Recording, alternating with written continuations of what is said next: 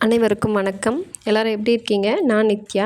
So இன்றைக்கி ஒரு சூப்பரான ஒரு பதிவு பற்றி பார்க்க போகிறோம். அது என்ன பதிவுன்னு பார்த்தீங்கன்னா, வர 21/9/2025 அன்னைக்கு நம்ம அமாவாசை வந்து வருது. ஸோ புரட்டாசி மாதத்துல வர அமாவாசை வந்து ரொம்ப விசேஷம்னு சொல்லுவாங்க இல்லைங்களா?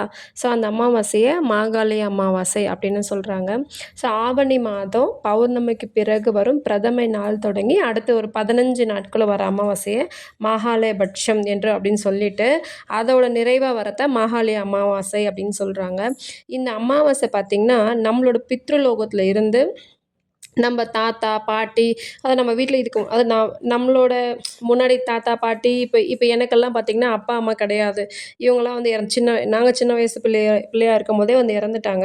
ஸோ அவங்கலாம் வந்து இப்ப நம்ம வந்து எப்படி இருக்கோம் அப்படிங்கிறத பார்க்கறதுக்காக இந்த பூலோகத்துக்கு வந்து வருவாங்களாம்.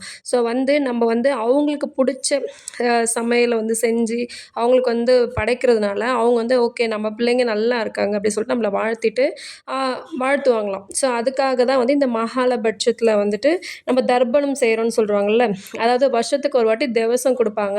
திவசம் அதாவது திதி, என்னைக்கு நாள் அதெல்லாம் மறந்து போயிடுச்சுன்னு ஒரு சிலர் சொல்லுவாங்க. ஸோ அவங்க எல்லாருக்கும் காமனா இந்த 21/9/2025 அன்னைக்கு வந்துட்டு நம்ம தர்ப்பணம் குடுக்கலாம். ஸோ இது வந்துட்டு யாருக்கு வேணா வந்து அதாவது இப்ப எனக்கு பார்த்தீங்கன்னா, அப்பா, அம்மா கிடையாது. ஸோ இப்ப நான் வந்து தர்ப்பணம் குடுக்கலாம். ஆனால், இப்ப எங்க வீட்ல என் ஹஸ்பண்ட் வந்து ஒத்துப்பாங்களா, மாட்டாங்களா அப்படின்னு ஒரு இது இருக்குது அப்படின்னா, ஒரு தயிர் சாதம் காக்காக்கு வந்து ஒரு தயிர் சாதம் வைக்கலாம். இல்ல அந்த தயிர் சாதத்த கூட கொஞ்சம் எள்ளு கலந்து வைக்கலாம். அதுவே வந்து நம்மளோட முன்னோர்களுக்கு வந்து மிகவும் சிறப்பு அப்படின்னு சொல்றாங்க. ஸோ இந்த மாகாளயபட்ச அமாவாசைய வந்து மிஸ் பண்ணாதீங்க. எல்லாரும் நம்மளோட தாத்தா, பாட்டி இல்ல ஏதோ நம்ம வீட்ல இருக்க முன்னோர்களுக்கு வந்து படைக்கிற தினமா வந்து அத எடுத்துக்கிட்டு, அத வந்து கண்டிப்பா பண்ணுங்க. ஏதோ ஒரு புண்ணியம் வந்து சேரும் இல்லைங்களா?